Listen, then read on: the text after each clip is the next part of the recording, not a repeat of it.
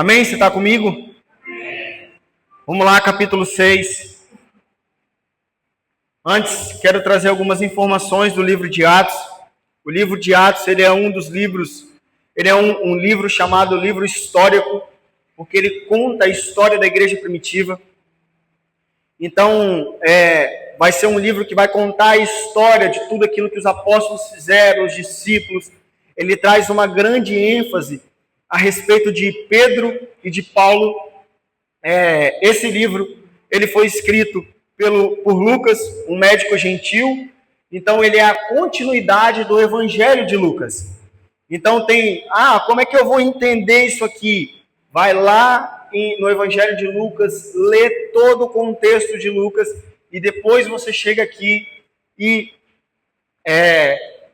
o Evangelho de Lucas, ele tem como um contexto de tudo isso aqui que a gente vai ler no decorrer desses meses em Atos.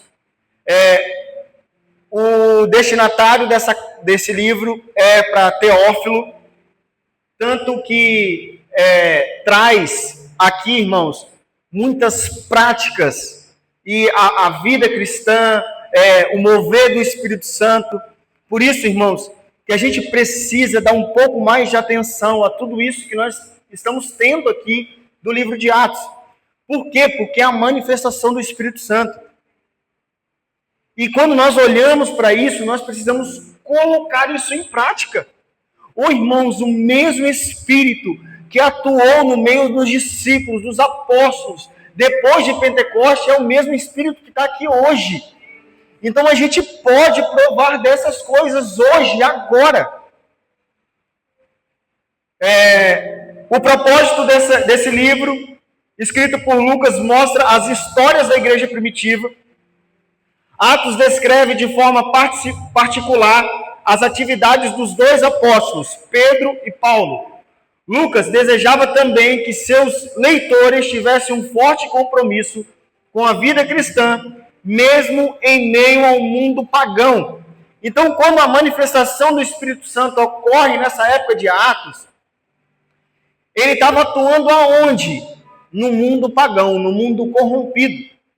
Então, há grande transformação, sinais, maravilhas, muitos povos começam a ser tocados pelo Espírito do Senhor, serem transformados. Como a gente já viu até aqui, a gente vai ver hoje também. Uma das ênfases do livro de Atos, ele vai enfatizar um relato da expansão do Evangelho. Ou seja, o papel do Espírito Santo de equipar e capacitar aqueles que compartilham o Evangelho e a igreja.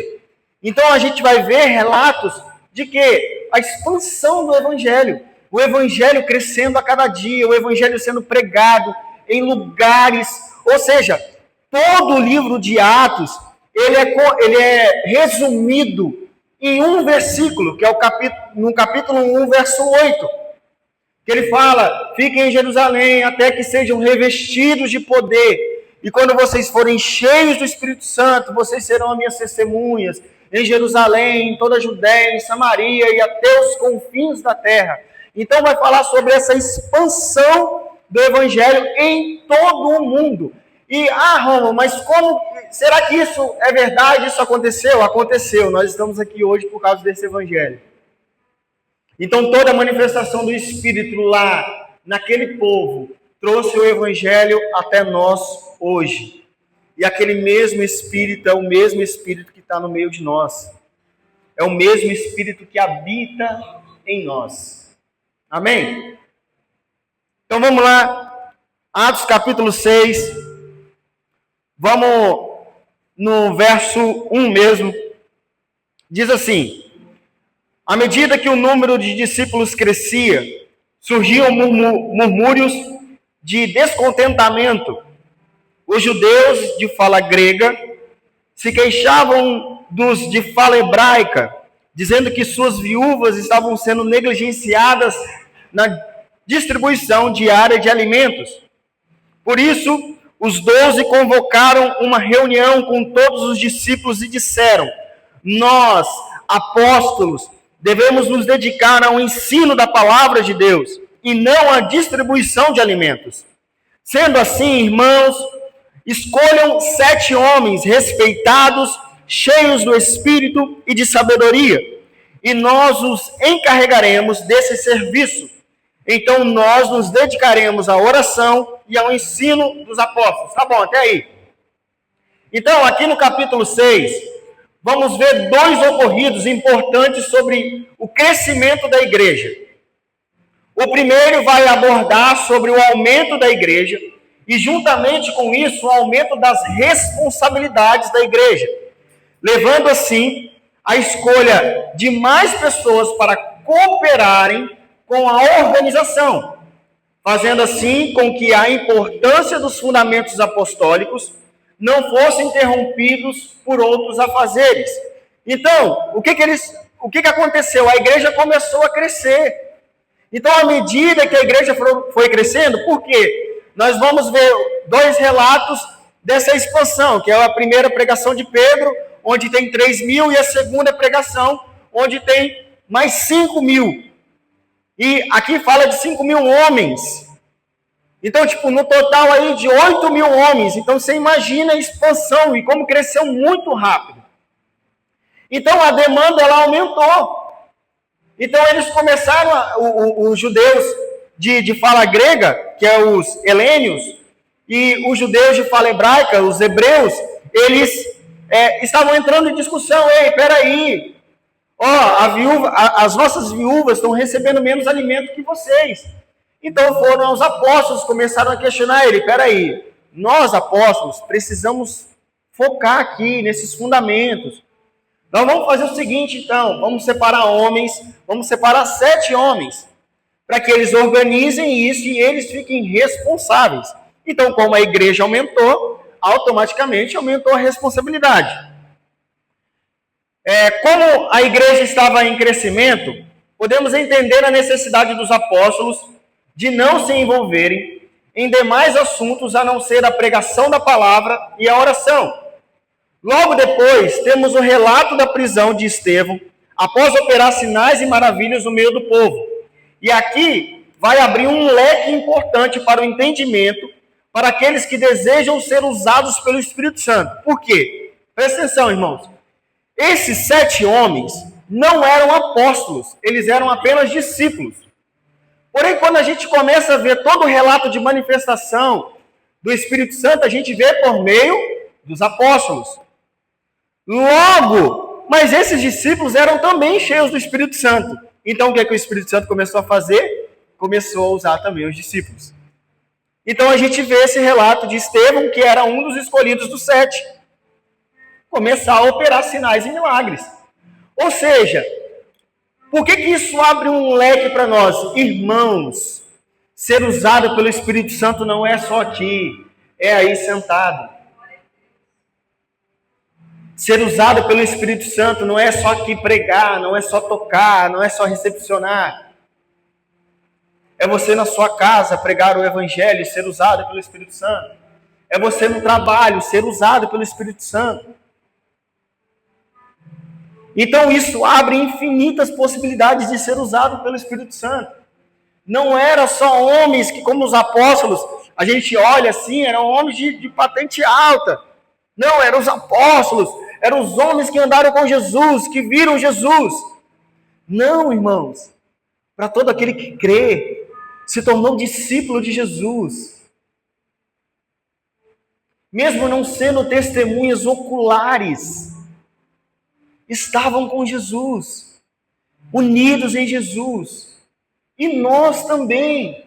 A palavra do Senhor diz: felizes são aqueles que não viram, mas creram. E se tornaram discípulos. Então nós nos tornamos discípulos de Jesus. Mesmo não tendo-o visto com os nossos olhos. Mas a gente creu com o coração. Então nós podemos ser usados pelo Espírito Santo. Já no capítulo 7, vamos observar o discurso de Estevão diante do Sinédrio ou Conselho sobre a pregação no templo e também o operar de milagres e sinais por meio do Espírito Santo. Esse discurso traz completa compreensão sobre a rejeição do povo desde Abraão até Jesus. Então esse o capítulo 7 vai falar sobre todo esse discurso de Estevão, o primeiro mártir da igreja, o primeiro que morreu por causa de Jesus. No capítulo 8, podemos ver primeiramente a dispersão dos discípulos, mas essa dispersão não é por conta de medo da perseguição, mas para pregarem o evangelho por onde iam. Essa perseguição que os fariseus e os saduceus acharam que iria parar a propagação do evangelho, na verdade fez com que aumentasse. Então eles pensaram, opa, vamos matar Estevão. Assim que nós matarmos Estevão, os outros discípulos vão embora. Eles não vão querer saber do evangelho, porém mal sabia eles que quando um mártir morre, ele se torna uma semente. Mais vão surgindo. E em vez deles fugirem por medo, dispersarem por medo, eles se dispersaram para pregar o evangelho. Então se propagou ainda mais a pregação do evangelho. Vamos lá, então, aqui no capítulo 6, vou trazer um detalhamento para vocês desse capítulo.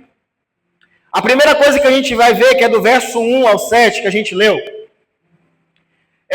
nós vamos ter aqui o aumento da necessidade da igreja. Então, automaticamente, a igreja cresceu. Então, nós vamos ter a escolha de 7 homens para servir uma necessidade que surgiu diante do crescimento da igreja. Esses homens têm a missão de fazer a distribuição correta dos alimentos para não deixar que faltasse a ninguém. E com isso, vemos a importância que era a organização da igreja e tudo que nela se fazia mediante aos requisitos que era necessário para que esses homens servissem a igreja. Irmãos, presta muita atenção nisso aqui.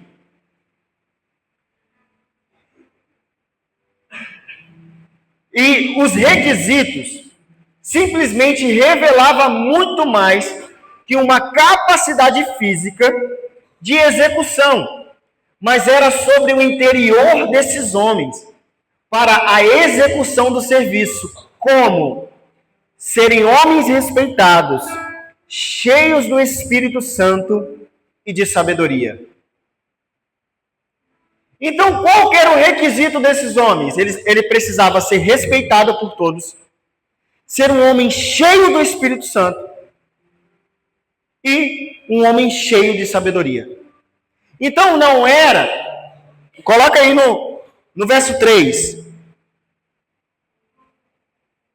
Olha o que ele está falando. Sendo assim, irmãos, escolham 7 homens respeitados, cheios do Espírito Santo e de sabedoria. Então, irmãos, olha só. Percebe-se a importância de servir numa comunidade. Não é simplesmente você chegar e servir. Existe uma responsabilidade em fazer a obra de Deus. E eles não escolheram qualquer homem para fazer uma simples obra. Eles escolheram homens respeitados, cheios do Espírito Santo e de sabedoria. E isso traz uma reflexão para nós hoje. Ou seja, quantos de nós estamos envolvidos com a obra de Deus de forma relaxada, a ponto de não nos preocuparmos com o tamanho que é a obra do Senhor. A gente está tratando a obra de Deus de forma relaxada. Por quê? Porque a gente não se importa em ser respeitado, cheio do Espírito Santo, cheio de sabedoria. Então, o que isso está trazendo para nós? Ei, a gente precisa acordar. Porque existe uma importância em fazer tudo isso, irmãos. Não é simplesmente passar uma escala para o Flávio e para o Luiz. Olha, me coloca na recepção. Não é só isso. A gente precisa tratar a obra de Deus com mais responsabilidade.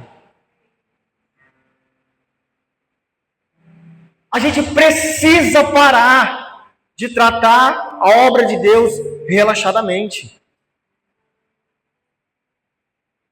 E sabe por que a Bíblia diz isso? Porque nós fazemos isso. A gente trata a obra de Deus de qualquer forma. E não é de qualquer forma, irmãos. A obra de Deus é algo que nós precisamos respeitar. É algo que nós precisamos colocar em prática. É algo que nós precisamos envolver todo o nosso ser, irmãos. Esses requisitos que eles pedem, não tá falando sobre uma força física de execução. Ah, eu vou vir aqui, eu vou cumprir a minha escala, eu vou chegar no horário, vou cumprir a minha escala, vou ali recepcionar o pessoal, eu vou vir aqui, eu vou trazer todo um esboço de uma pregação, vou fazer tudo formalmente, vou aqui, vou cantar com todos os tons que eu tenho. Não é só isso, não é sobre aquilo que a gente pode fazer com o nosso corpo, mas sobre o quanto o nosso espírito está envolvido na obra de Deus. E a gente precisa, irmãos, se preocupar com isso. Eu sei, irmãos, que isso dói, que isso machuca, mas, sabe, o Senhor está nos despertando para isso. Para quê? Para a gente viver a obra de Deus totalmente. Para a gente provar da manifestação do Espírito Santo totalmente. Vocês acham mesmo que esses homens que foram usados pelo Espírito Santo, eles foram usados simplesmente, porque eu faço as coisas muito bem? Não, irmãos, era o envolvimento que eles tinham com a obra de Deus. Eles se importavam em ser cheios do Espírito Santo, serem respeitados. É igual, por exemplo, a gente está lá fora. Ah, não, mas ninguém manda na minha vida. Ninguém tem nada a ver com a minha vida. Eu faço o que eu quero. Não é assim não, irmão. Nós somos servos do Senhor. Nós precisamos revelar o Cristo que habita em nós. E se você está fazendo as coisas da sua vontade, não é o Cristo que está habitando na sua vida. Não é o Cristo que habita na nossa vida. Não, eu estou aqui, eu faço o que eu quero. Os outros que se lasquem. Não é isso, não. A gente precisa dar mais importância a isso. Porque você acha que esses homens eram respeitados somente pelo grupinho? Não. Eram homens respeitados pela sua vizinhança, pelo seu governo. E a gente está sendo chamado a atenção. Por quê? Porque a gente precisa se importar com a obra de Deus.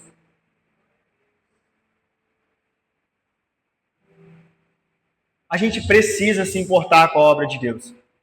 Então, muitas vezes, estamos pouco se importando como estamos fazendo a obra de Deus.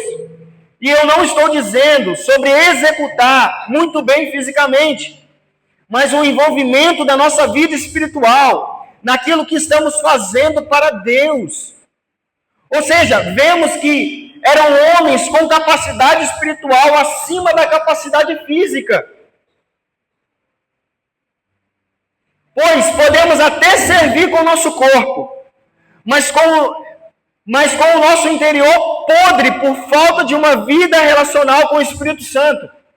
Pois se uma coisa que importava para eles era a vida espiritual, ou seja, o relacionamento com o Espírito Santo. Então não foi simplesmente, vamos ficar em Jerusalém até que nós sejamos revestidos de poder e depois a gente sai. Não, nós vamos ser revestidos de poder, vamos nos relacionar com o Espírito Santo e depois a gente vai sair. Depois a gente vai fazer a obra de Deus. Por quê? Esses homens aqui, esses 7 homens que foram escolhidos, eles não tinham nenhum envolvimento na obra de Deus antes. Então o que eles estavam fazendo? Se relacionando, irmãos. Não era simplesmente eu vou sentar aqui, vou ficar aqui, vou esperar alguém me delegar alguma função para eu fazer na igreja. Não, eles tinham vida. Tinham um relacionamento com o Espírito Santo. E a segunda coisa que a gente vê aqui no capítulo 6 é o início do que eu chamei de pregue e morra. Que é o início da exposição do Evangelho através de Estevão e que causou a morte dele. Então vemos aqui também no capítulo 6, do verso 8 ao 15, a prisão de Estevão por pregar o Evangelho e operar sinais e milagres em meio ao povo.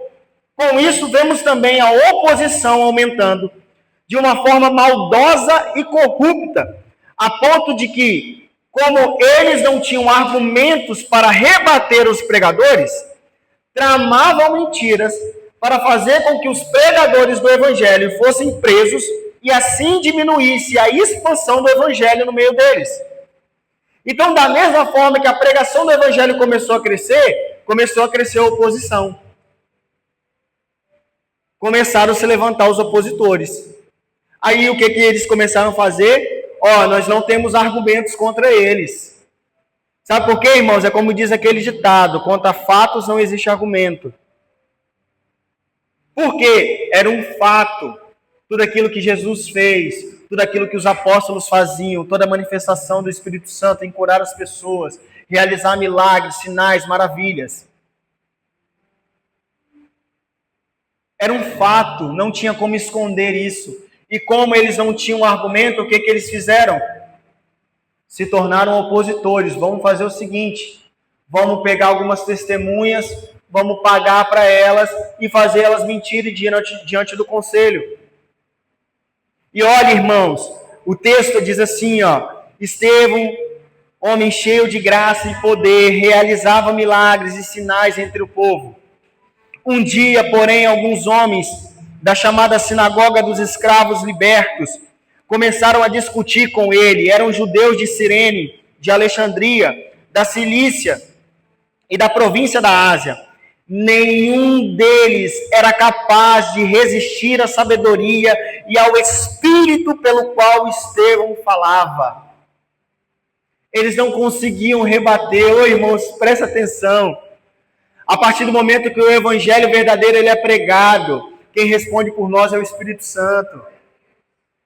A partir do momento que você abre a sua boca para pegar o evangelho de verdade, o evangelho que te salvou, que te resgatou, que te tirou do lamaçal do pecado, o Espírito Santo responde por você. Nós não temos palavras de convencimento, mas nós temos um Espírito que convence o homem do pecado, da justiça e do juízo. Então, quando nós olhamos para isso aqui, Estevão estava pregando o evangelho e os outros não tinham argumento contra ele. Vamos fazer o seguinte, vamos pegar essas pessoas aqui e vamos lançar mentira. Está pregando blasfêmia. Está aqui no templo, está pregando o evangelho de Jesus, está falando da ressurreição de Jesus. Vamos prender ele. E aí eles conseguem, eles pegam, prendem Estevão.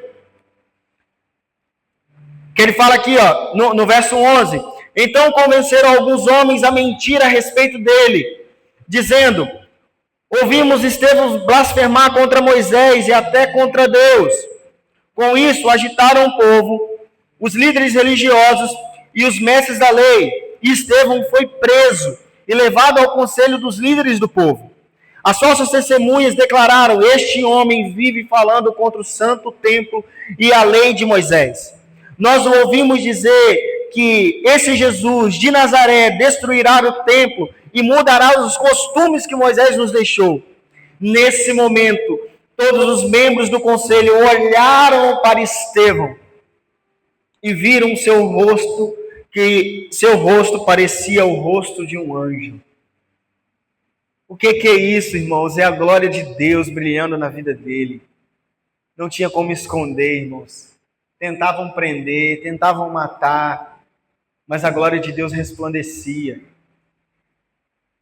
Então, quando nós olhamos para esse relato de Estevão ser preso, olhando para isso,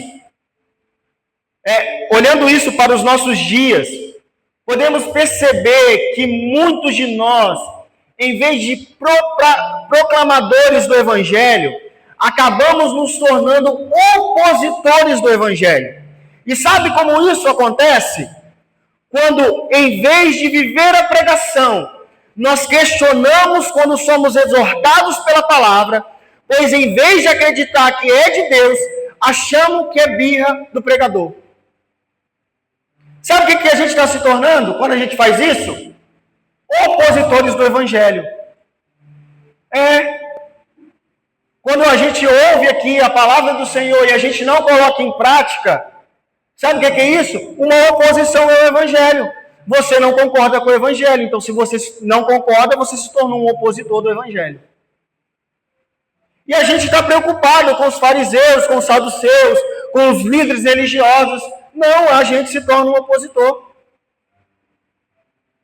Irmãos, a gente se torna um opositor do Evangelho de Deus.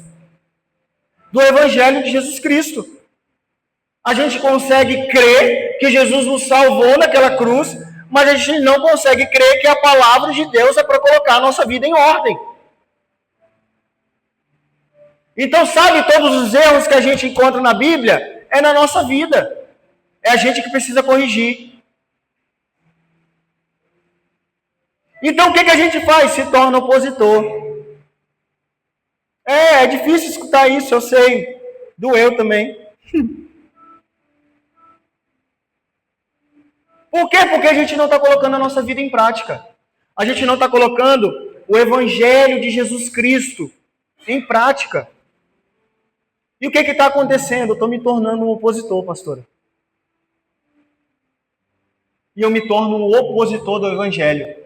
E a gente quer falar tanto do Evangelho, mas não quer viver o Evangelho.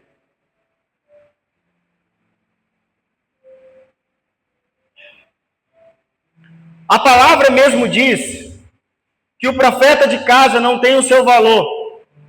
Mas entenda, todo aquele que faz aquilo que é a sua vontade, nesse altar, Deus cobrará dele. Pois altar é lugar de proclamação do Evangelho, e não de birra de irmãos. Então pode ficar despreocupado, que se for de Deus, vai perder, se não for de Deus, vai perder força. Então, se você escutou algo, aí você falou assim, nossa, está falando direto para mim. Está com birra comigo, está falando direto para mim. Irmão, se for birra aqui no altar, irmão, você pode ter certeza, Deus vai cobrar. Porque o altar, ele é um lugar da gente proclamar o Evangelho de Deus. E se a gente está usando o altar para proclamar birra que a gente tem um com o outro, não ganha força não, irmãos. Deus derruba. E a queda é feia. Por isso que a gente não pode brincar com o altar. Por isso que a gente precisa pregar a verdade, pregar o Evangelho. Então, quando nós olhamos para isso aqui, irmão, todas as vezes que nós ouvirmos uma pregação nesse altar, você pode ficar despreocupado. Olha, isso é para a minha vida, e eu vou colocar a minha vida em ordem por causa disso. Porque tudo aquilo que não é de Deus, Deus expõe. Tudo aquilo que não é de Deus é contra Deus. Não tem força, irmão, perde força. Quantos homens a gente vê, quantos pastores que estão aí pregando o Evangelho, falando, quando vai ver uma vida cheia de pecado. E o que faz? É derrubado, é exposto. E a gente precisa tratar isso com mais importância. Além disso, vamos ver a glória de Deus sendo vista de uma forma resplandecente no rosto de Estevão, mostrando para nós que quando estamos cheios da presença do Espírito Santo, as pessoas passam a enxergar em nós a glória de Deus que carregamos. Por isso, precisamos nos importar com nossa relação com o Espírito Santo, pois vamos revelar através da nossa vida a glória de Deus aos que estiverem ao nosso redor e aonde nós formos. A glória de Deus vai resplandecer, irmãos. Não sei se você já teve essa experiência de uma pessoa chegar para você e falar assim, nossa, você está diferente. Tem algo brilhando em você, o irmão, não é porque você está muito bonito, não. É porque o Espírito de Deus habita na sua vida e ele está sendo manifesto através da sua vida. Então presta atenção, se as pessoas não estão vendo Deus na nossa vida, é porque a nossa vida relacional com o Espírito Santo não está tendo. Ou seja, eles tentaram apagar o Evangelho, mas não tinha como, irmão. Vocês podem me calar, mas a glória de Deus é vista através da minha vida. Eles prenderam Estevão, conseguiram, vamos lá, vamos mentir sobre ele, a gente vai prender ele. Beleza, prendemos ele, mas quando eles olharam para o rosto de Estevão, eles viram a glória de Deus, que não podia se esconder. E isso, irmãos, disponível para nós, hoje, agora. A gente pode provar disso agora, dessa manifestação do Espírito Santo. Espera aí, eu acho que você não entendeu. O Espírito de Deus quer manifestar através da nossa vida. E a gente precisa se importar com a nossa relação com o Espírito Santo. A gente precisa dar um pouco mais de importância para o Espírito Santo. As pessoas podem até tentar nos calar, irmãos. Mas a glória de Deus vai resplandecer através da nossa vida, através da nossa conduta, através das nossas práticas. Deus vai fazer, no meu trabalho é o pior lugar, é lá que Ele quer se manifestar. É ali, é nos lugares improváveis que o Espírito Santo ele vai agir. E se lá tentarem te calar, Ele se resplandece através da sua vida. As pessoas vão ver o Espírito de Deus. Já no capítulo 7, nós vamos ver o longo discurso de Estevão diante do conselho, onde de alguma forma Estevão começa a responder às acusações sobre ele de uma forma diferente. A intenção, falando dos patriarcas, para no final chegar a uma acusação dos líderes religiosos. Então, peraí, o que o Estevão fez? Ele foi acusado e perguntaram, essas acusações são verdades? E ele, em vez de responder, são. Não, ele falou, peraí, deixa eu contar uma história para vocês. E ele começa, desde Abraão até chegar em Jesus, mas sempre relacionando a Jesus. Então ele começa a fazer todo um discurso para no final ele responder a sua acusação, mas acusando os líderes religiosos. A gente vai entender que a intenção de Estevão era fazer com que os líderes reconhecessem o erro de matar Jesus da mesma forma que os antigos mataram os profetas e familiares, e assim se arrepender do que fizeram. Porém, foi totalmente diferente do que ele imaginou, pois o discurso de Estevão gerou neles ainda mais ódio, fazendo com que eles o condenassem e assim o matassem por apredejamento. Então presta atenção, ele começa a articular um discurso, começa a falar, começou lá em Abraão, depois foi para José, depois Moisés, e tudo isso relacionando a Cristo. E qual era a intenção de Estevão? A melhor possível. Eu vou formar um discurso, e esse discurso vai levar eles ao arrependimento. Porém, foi controverso, irmãos. O que aconteceu com eles? Eles ficaram irados. Eles ficaram com ódio de Estevão. Eles já estavam perturbados com ele. Ficou mais ainda. Por quê? Vamos entender. No capítulo 7, do verso 1 ao 8, vai falar sobre a herança. Sobre a herança que o povo carrega de Abraão. Então, do verso 1 ao 8, toda a bondade de Deus com o povo por meio da descendência de Abraão, assim se tornando parte dele e revelando todo o seu amor pelo povo em perpetuar essa promessa, uma aliança de pertencimento. Então, o que Estevão está começando? Vou começar o meu discurso assim. Lá em Abraão, foi assim, Deus chamou Abraão, sai da sua terra, do meio da sua parentela, que eu vou te tornar um pai de muitas nações. Então a sua descendência será enorme, como a areia do mar, como as estrelas do céu. Então ele começa, cara, Deus escolheu vocês, povo de Israel. Deus escolheu vocês, Deus amou vocês. Vocês são escolhidos, existe uma herança para vocês, que é essa aliança perpétua. Beleza, ele começa com esse discurso. Depois ele entra na rejeição de José, que se torna igual a Jesus, que a gente vê do verso 9 ao verso 16. Estevão relata a história de José e seus irmãos, fazendo com que José fosse comparado com Jesus por ser rejeitado pelos seus, da mesma forma que José foi. Então, conseguiram entender aqui? O que ele está fazendo? Ele está contando a história, mas relacionando ela a Jesus. Então, José foi rejeitado pelos próprios irmãos.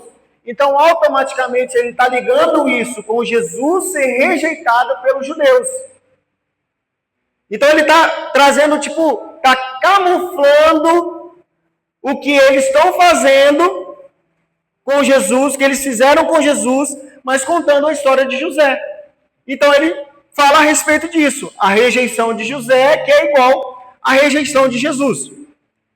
A outra coisa que ele fala é do verso 20 ao 39, que Moisés e Jesus rejeitado como libertador.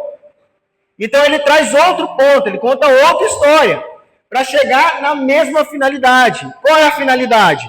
Moisés foi rejeitado pelo seu próprio povo como libertador.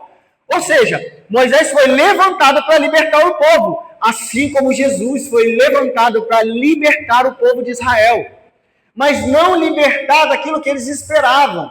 Por quê? Os judeus, eles esperavam um Messias que os libertasse do poder de Roma.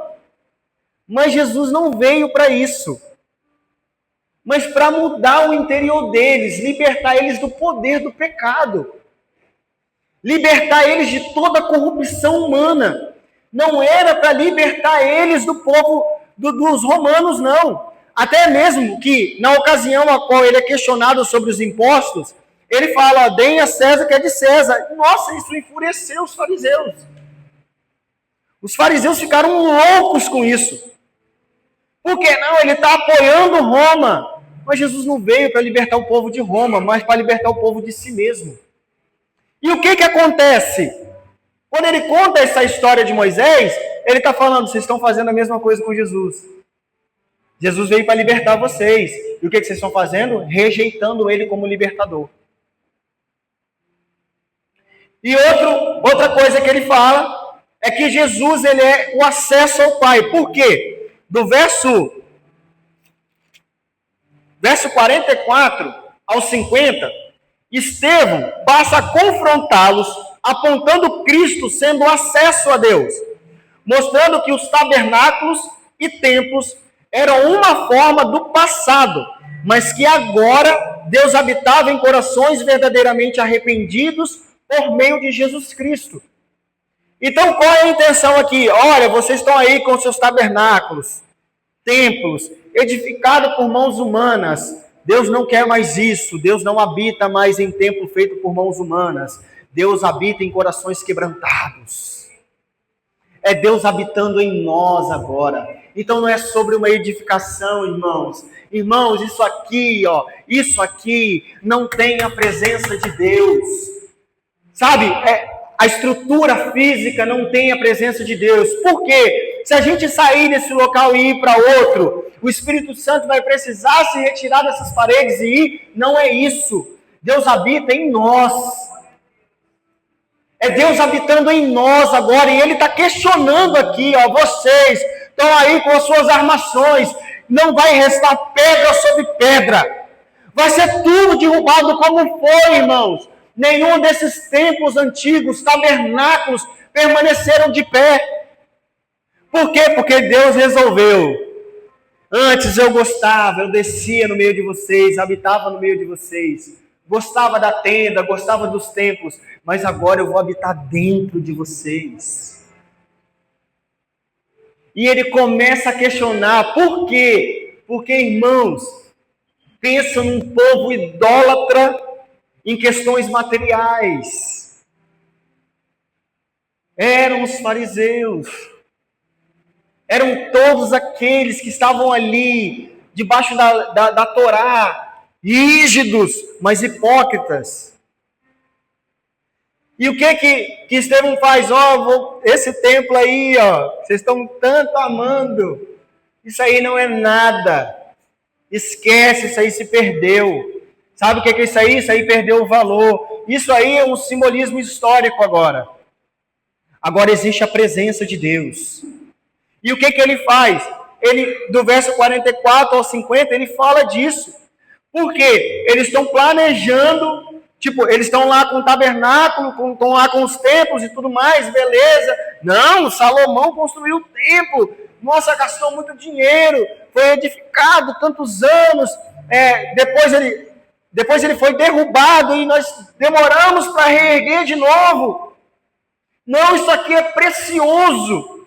Aí ele vai e fala, que ele cita Isaías 66, 1 e 2. Ele fala, o céu, verso 49. Que ele fala, o céu é meu trono e a terra é o suporte de meus pés. Acaso construiriam para mim um templo assim tão bom? Diz o Senhor, que lugar de descanso que poderiam fazer? Acaso não foram minhas mãos que criaram os céus e a terra? Então, o que Isaías está profetizando lá atrás? Vocês não são capazes de construir um lugar para mim. Eu só quero o coração quebrantado de vocês. E ele começa a questionar isso. E aí que está, irmãos, é quando ele entra no verso 51, que é onde o pau quebra. Por quê? Olha o que ele fala. Aí, o que Estevão está fazendo? Agora Estevão vai fundo. Vocês não entenderam a história aqui, não? Agora eu vou bater em vocês de verdade. Que ele fala, povo teimoso, vocês têm um coração incircuncidado e são surdos para a verdade. Resistirão para sempre ao Espírito Santo? Foi o que seus antepassados fizeram e vocês também o fazem. Ou seja, vocês estão resistindo ao Espírito Santo em serem transformados por Ele. E a mesma coisa que vocês fizeram, seus patriarcas, os seus antigos fizeram em matar, em rejeitar, vocês fizeram com Jesus. E sabe o que acontece? Verso 52. Que profetas seus antepassados não perseguiram? Mataram até aqueles que predisseram a vinda do justo, a quem vocês traíram e assassinaram. Vocês desobedeceram a lei de Deus, embora tenham recebido das mãos de anjos. Os líderes judeus se enfureceram com a acusação de Estevão e rangiram os dentes contra ele. Por que eles rangiram os dentes? Porque o evangelho verdadeiro ofende. Ele ofende sim, irmãos. Tudo aquilo que nós lemos na palavra de Deus, que machuca o nosso coração, é por quê? Porque a gente precisa mudar. Então o evangelho de Deus, ele é ofensivo sim. Por quê? Porque Deus nos ama e não quer nos deixar dessa forma. A Bíblia diz, o pai corrige o filho a quem ama. Então Estevão vai e fala com eles, povo teimoso, por que vocês vão resistir ao Espírito Santo? Vocês mataram seus profetas, e agora vocês estão fazendo isso novamente. Vocês fizeram isso com Jesus.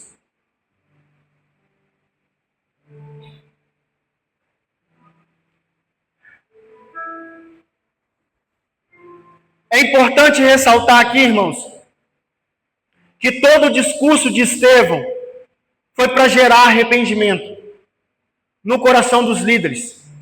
E com isso, vemos que toda ofensa do evangelho gera arrependimento. Mas com os líderes causou ira por estarem com o coração corrompido. Ou seja, a ofensa é o recado de Deus, mude de rota. Sempre que você abrir a Bíblia e você lê algo que te ofende, você fala assim, preciso mudar. Toda vez que você lê algo, igual por exemplo, Mateus capítulo 7, Mateus capítulo 5, 6 e 7, vai falar sobre o sermão da montanha, que é a prática, a conduta cristã. Quando nós olhamos para Mateus 5, 6, 7, ele está falando, sabe, sobre o quê? Sobre a nossa conduta, sobre como que a gente vai agir sobre determinadas coisas. E no capítulo 7, verso 12, vai falar que tudo aquilo que vocês querem que façam por vocês, façam vocês por eles primeiro. Então, quando nós lemos isso, nós lemos a palavra do Senhor, que a gente precisa perdoar, a gente precisa orar por aqueles que nos perseguem, a gente se sente ofendido. E se a gente está se sentindo ofendido, é porque a gente precisa mudar na nossa vida. Porque toda ofensa do Evangelho é para gerar arrependimento em nós. É um convite de Deus, vem, mude a rota, não fique assim, não permaneça dessa forma. Então, quando nós olhamos para o Evangelho de Deus, e quando nós olhamos toda a ofensa do Evangelho, é Deus falando para nós, vem cá, eu quero que você se torne semelhante ao meu filho. Você precisa mudar isso na sua vida.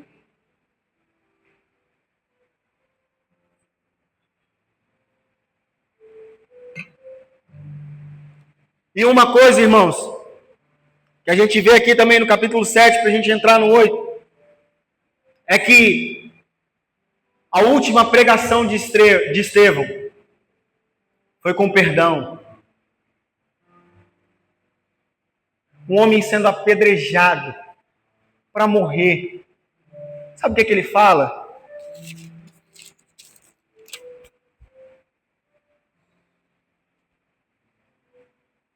Verso 60. Então caiu de joelhos e gritou: Senhor, não os culpe por esse pecado. E com isso adormeceu. No último ato da sua vida, Estevão prega com perdão. E a gente não está nem morrendo, principalmente pelo Senhor, e a gente não quer perdoar. E essa foi a última pregação de um homem que morreu por causa do Evangelho. E ó, irmãos, a gente está longe de morrer pelo Evangelho. Seja sincero com você mesmo. A gente está longe de morrer pelo Evangelho. A gente nem dá importância para o Evangelho. Como é que eu vou me preocupar em morrer pelo Evangelho? Capítulo 8. Aqui, a gente vai ver agora a questão da perseguição positiva. Ou seja, como assim, Romo? Foi positiva a perseguição. No capítulo 8, do verso 1 ao 3, vamos ver como a perseguição após a morte de Estevão aumentou e com isso gerou a dispersão dos discípulos. Porém, essa dispersão foi por um lado positivo, pois eles não fugiram de medo, mas para anunciar o Evangelho em toda parte. E assim se inicia junto à perseguição, a pregação em toda parte e o surgimento de Saulo em acabar com a igreja e prender os cristãos. Então aqui começa a história de Saulo. Porque ele estava na hora do apedrejamento de Estevão. E acredita-se que ele foi um dos responsáveis na acusação. De falar, vai lá, apedreja ele, pode matar ele. Então a gente vê o surgimento dele aqui. Então por que é uma pregação positiva? Uma perseguição positiva? Porque em vez de acabar com o Evangelho, tornou ainda mais conhecido. Os discípulos saíram, vamos pregar o Evangelho em toda parte. É isso que ele faz. E nesse relato, vemos que a morte de Estevão deveria causar espanto neles. Só que, na verdade, causou ousadia em tornar a mensagem do Evangelho conhecida em toda parte. Olhando para isso, será que quando vemos as pessoas expondo a mensagem de Deus, isso causa em nós um desejo pela pregação ou nos faz se esconder muito mais? Então a gente está vendo aqui, eles viram Estevão morrer. Sabe o que eles fizeram? Vamos rachar fora e esquecer esse negócio de evangelho. Não. Eles foram para cima. Nós vamos pregar o evangelho onde quer que for, irmão. Custe o que custasse. Custou a vida de Estevão. Se custar a minha, eu não estou nem aí. Estou indo. Aí, quando nós ouvimos... Aqui, irmãos, eu estou falando da nossa realidade. Quando nós ouvimos alguém subir aqui e ministrar a palavra, isso dá mais vontade para a gente ou a gente passa a se esconder ainda mais? Por quê? Entenda, muitos pregadores não vão estar onde você está. Não vão entrar onde você entra. Não vão ter os contatos que vocês têm. Pois a responsabilidade de pregar o evangelho também é sua. É de todos nós. A responsabilidade é de todos nós de pregar o evangelho. E vamos ser sinceros. Se hoje nossa situação fosse de perseguição e morte, nós já teríamos abandonado o evangelho. Se hoje é como lá o Hamas, o islamismo crescendo e matando os cristãos, se isso fosse uma realidade para nós hoje aqui no Brasil, nós já tínhamos abandonado o evangelho e negado a Jesus há muito tempo. Por que, Rômulo, que você está falando isso? Porque a gente não se importa com isso aqui não, irmãos. A partir do momento que custe a nossa vida, a gente sai fora. Se custando o nosso dinheiro, a gente já está rachando fora. Falou, olha, tem um desafio na igreja para melhorar aquilo que é para a gente, tá? Um desafio, uma oferta do seu coração. Nós, sai fora. Aí você quer me dizer que se fosse num caso de morte, você iria, não, eu vou sustentar, eu amo o evangelho. Não ia não, irmão, nós já tínhamos rachado fora, nós já tínhamos abandonado o evangelho. Eu estou falando isso, irmãos, não é porque tem gente aqui assim não, que a gente é assim não, mas é uma realidade que pode acontecer conosco. Irmãos, não falta muito não, para que o nosso país também seja como os outros perseguidos. Não falta muito. A gente ouve há anos, Jesus está voltando. E a gente quer usar esse discurso. Não, Jesus está voltando há muito tempo, vai voltar não. Vai nessa. Você acha que é só importante Jesus voltar? É muito importante Jesus voltar. Mas e se a gente morrer sem ele voltar antes? E a nossa vida? Ô irmãos, se a gente não dá importância para o evangelho agora, a gente não vai dar importância para o evangelho no final, não. Se você está achando que você vai dar importância para o evangelho amanhã, porque você não está dando hoje, não, amanhã eu dou importância. Se você não está dando nem hoje, amanhã também você não vai dar, não.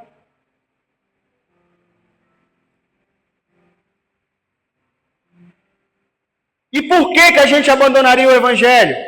Porque pensa em um povo acomodado. Somos nós que vivemos com todo esse acesso à palavra de Deus, mas damos pouca importância para ela. Olha só, se nós não damos importância para a palavra de Deus hoje, não daremos amanhã. A gente não vai dar. Se hoje, aqui, nesse momento de ensino, para expandir o nosso conhecimento, a gente não está dando importância para a palavra de Deus, não adianta achar que a gente vai dar importância amanhã. Porque a gente não vai dar. Sabe por quê? Porque se a gente não dá importância hoje, a gente não vai dar importância amanhã, porque quanto mais nós estamos envolvidos com pecado, a palavra diz que um abismo chama outro, e a gente vai caindo em outro, em outro, em outro, em outro. Ah, eu não leio a Bíblia no meu dia, porque o meu dia é corrido. Deixa eu te falar uma coisa, o dia de amanhã continua tendo 24 horas. Se você não acertar e corrigir o seu horário, não vai adiantar de nada, você nunca vai ler a Bíblia. Porque se você está esperando que tenha mais... Como a gente pode dizer? Se você está esperando que tenha 25 horas, não vai ter não, irmãos. Tá certinho, é 24. Amanhã também é 24 horas. Então a gente precisa parar com a desculpa. Porque toda vez que a gente dá desculpa do tempo, é porque a gente não se importa com o Evangelho e a gente já abandonou ele há muito tempo. Essa é uma realidade para nós. E, por fim, a gente vê aqui, olha, irmãos, eu vou conseguir concluir. Glória a Deus. Segura mais um pouquinho aí. E aqui termina o capítulo 8, que é o Evangelho para todos. Por que eu estou falando do Evangelho para todos? Logo que acontece a dispersão, os discípulos começam a ir para todos os lados. Atos 1:8 se cumpre. Em toda Jerusalém, em toda a Judéia, em toda Samaria e até os confins da terra. Filipe sai diretamente para Samaria. Um povo que tinha uma rincha com os judeus. Um povo que não se dava bem com os judeus. Aí sabe para onde Filipe foi? Vou para Samaria. Estou indo para lá, direcionado pelo Espírito Santo. E o que Filipe faz quando chega em Samaria? Começa a pregar o Evangelho. Começa a expor o Evangelho corajosamente. Mas Rômulo Estevão acabou de ser morto. Ele não estava nem aí, irmãos. Ele estava pregando o Evangelho, mesmo que custasse a vida dele. Ele não estava se importando. Então a gente vê aqui no verso 4, que ele fala, os que haviam sido dispersos, porém anunciavam as boas novas a respeito de Jesus por onde quer que fossem. Filipe foi para a cidade de Samaria, e ali o povo, e ali falou ao povo sobre o Cristo. Quando as multidões ouviram sua mensagem, viram os sinais que ele realizava, deram total atenção às suas palavras. Muitos espíritos impuros eram expulsos, e aos gritos deixavam suas vítimas, e muitos paralíticos e aleijados eram curados. Por isso houve grande alegria naquela cidade. Por quê? Porque o Evangelho da salvação chegou lá. É o mesmo Evangelho que chegou a nós. E a gente não está alegre porque a gente tem o Evangelho e a salvação de Deus. O salmista diz: restaura em mim a alegria da tua salvação. Oh, irmãos, o que me fortalece não é um tapinha nas minhas costas, é eu me lembrar que eu sou salvo por Cristo Jesus. Não espera não, tapinha nas costas não. Fala para o Senhor: Senhor, restaura em mim a alegria da tua salvação.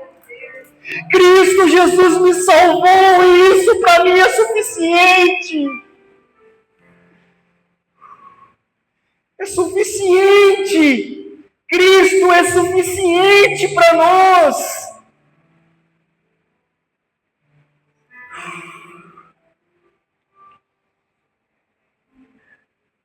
Então, do verso 4 em diante, vamos ver um relato de Filipe, onde é exposto de forma bem clara o acesso ao Evangelho de Jesus Cristo por todos que queriam. Pois Filipe vai para a cidade de Samaria pregar o Evangelho a um povo que tinha uma ofensa com os judeus. E vemos então eles sendo alcançados pelo Evangelho, e assim sendo batizados e cheios do Espírito Santo, após os apóstolos imporem as mãos sobre eles. O que também nos chama a atenção é um feiticeiro chamado Simão. Tinha um feiticeiro na época que se achava uma autoridade de Deus. E ele está lá: eu sou de Deus, eu estou realizando sinais, maravilhas, por meio de magia. E sabe o que acontece com esse homem? Quando ele ouve a pregação do Evangelho, ele crê em Jesus Cristo e é batizado. Por quê? Porque o Evangelho é para todos. O Evangelho pode alcançar todos. Todos. Sabe, aquele irmão mais perturbado que você conhece, aquela irmã pode ter certeza, o Evangelho garante isso. Paulo diz, não me envergonho do Evangelho, porque é poder de Deus para a salvação. É o poder que salva. E a gente precisa olhar para isso aqui, dar mais importância. Por quê? Porque isso pode salvar o perdido da mesma forma que você foi salvo. E é isso que acontece. Filipe prega o Evangelho. Alguém que era um feiticeiro, fazia magia, ouve o Evangelho, crê em Jesus e é batizado. Por quê? Porque alguém se responsabilizou. Eu assumo a responsabilidade de pregar o Evangelho neste lugar, mesmo que custe a minha vida. Mesmo que custe a vida. E uma coisa que chama a atenção também desse homem é que logo depois ele vê que os apóstolos chegam, porque eles foram batizados, mas os apóstolos vieram para impor as mãos sobre as pessoas e elas receberem o Espírito Santo. E ele vê isso. E sabe o que ele tenta fazer? Ele tenta comprar o dom de Deus. Ele via que as pessoas recebiam o Espírito Santo quando os apóstolos impunham as mãos sobre eles. E ele falou assim, olha, quanto você quer por isso aí? E Pedro, com aquele velho temperamento dele, diz assim, que seu dinheiro seja destruído com você, por imaginar que o dom de Deus pode ser comprado. Ô, irmãos, agora o negócio fica apertado. Sabe por quê? Porque a gente está vindo para a igreja, está aqui servindo no louvor, pregando, lá na recepção, participando dos ministérios, achando que é direito de Deus liberar o seu dom sobre nós. Presta atenção, é desejo de Deus liberar o dom, mas o dom é uma dádiva, não um direito. Se a gente está fazendo qualquer coisa aqui na igreja, porque a gente está pensando em um direito para receber algo de Deus, pode tirar o seu cavalinho da chuva, porque não vai acontecer. Se a gente está aqui, não, eu estou dando um dízimo mais alto, porque Deus vai olhar para mim, vai olhar para o meu dízimo, o pastor vai pegar lá o meu envelope do dízimo, ele vai ver que eu estou dando um dinheiro a mais para ajudar a igreja, para ajudar o Senhor. E aí o pastor vai me dar um cargo de liderança. Esquece, irmãos. Se tem uma coisa que eu aprendi com esse homem, que se Deus colocou no coração dele, esquece. Mas se Deus não falar com ele, ele não faz. Então a gente precisa parar de achar, se a gente está fazendo isso, a gente precisa parar com isso. Não é nada meritório não, porque, irmão, se tem uma coisa que a gente não tem é merecimento. Por isso que a graça é uma dádiva de Deus, um favor imerecido. Por quê? Porque a gente não merecia. Toda a nossa vida era uma vida de pecado. E o que Cristo faz? Nos salva. Então, quando nós olhamos aqui, ele tenta comprar. Pedro, que você morra junto com seu dinheiro. Que seu dinheiro seja destruído junto com você. E ele faz o quê? Arrependimento, é onde ele vê todo o seu orgulho, olhando para tudo aquilo, achando que poderia comprar o dom de Deus, e ele fala, orem por mim, então. Eu estou arrependido disso que eu fiz. Eu estou arrependido disso que eu acabei de fazer. Porque, irmãos, sem um arrependimento genuíno, não tem manifestação do Espírito, não. Não tem. Olha aqui, deixa eu ser bem claro para você. Por meio do batismo, nós recebemos o Espírito Santo. A palavra do Senhor diz isso. Mas, se nós não nos arrependermos genuinamente, nós não vamos ter a manifestação do Espírito Santo na nossa vida. Então, se o Espírito Santo não está fazendo algo, é porque alguma coisa precisa ser colocada em ordem. E para nós encerrarmos, os apóstolos e os discípulos, eles foram totalmente conduzidos pelo Espírito Santo. Não consegui terminar, irmãos. São conduzidos pelo Espírito Santo. E isso que importa, irmãos. Essa é a importância. Toda a ênfase de Atos é a manifestação do Espírito Santo. E no final de Atos 8, a gente vê Filipe sendo direcionado pelo Espírito Santo. Olha, saia de onde você está. Ele nem sabia para onde ele ia. Vai para tal lugar, vai em tal caminho. E nesse caminho, Deus coloca um etíope eunuco. E ele está lendo lá a profecia de Isaías, está lendo o livro de Isaías. Filipe direcionado pelo Espírito Santo. Só fechou isso, ó. Filipe direcionado pelo Espírito Santo. O que ele faz? Não desligou não, gente.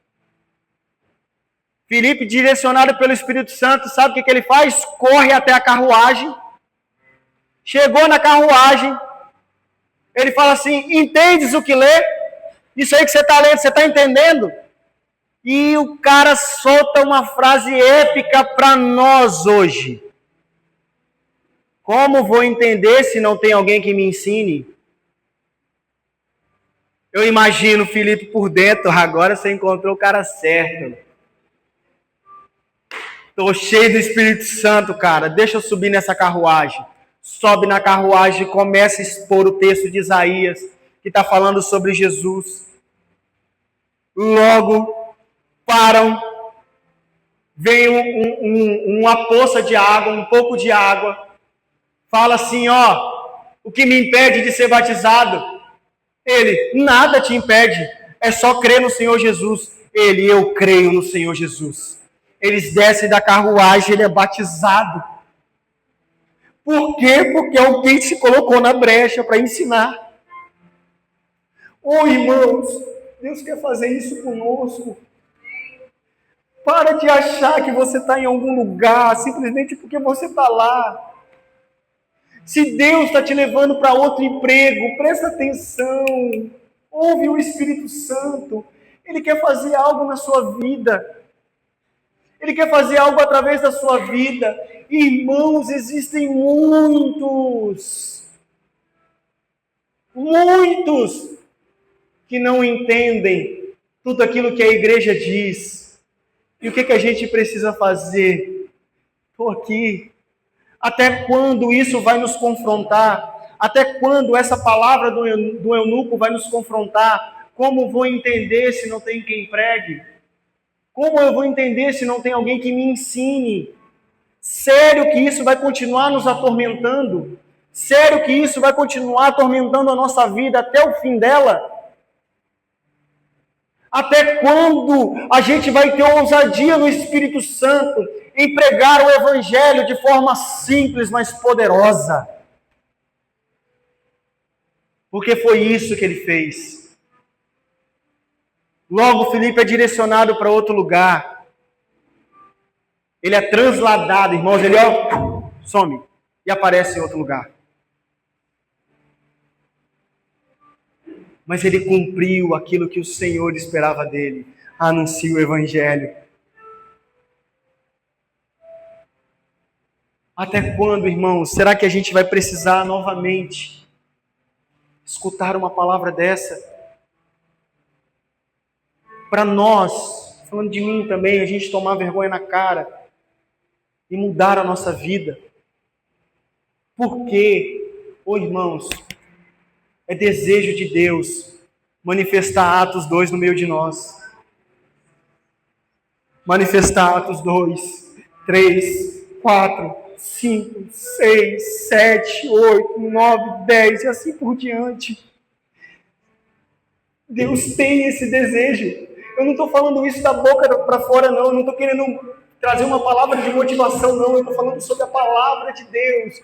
Existe um desejo de Deus manifestar o seu Espírito por meio de nós.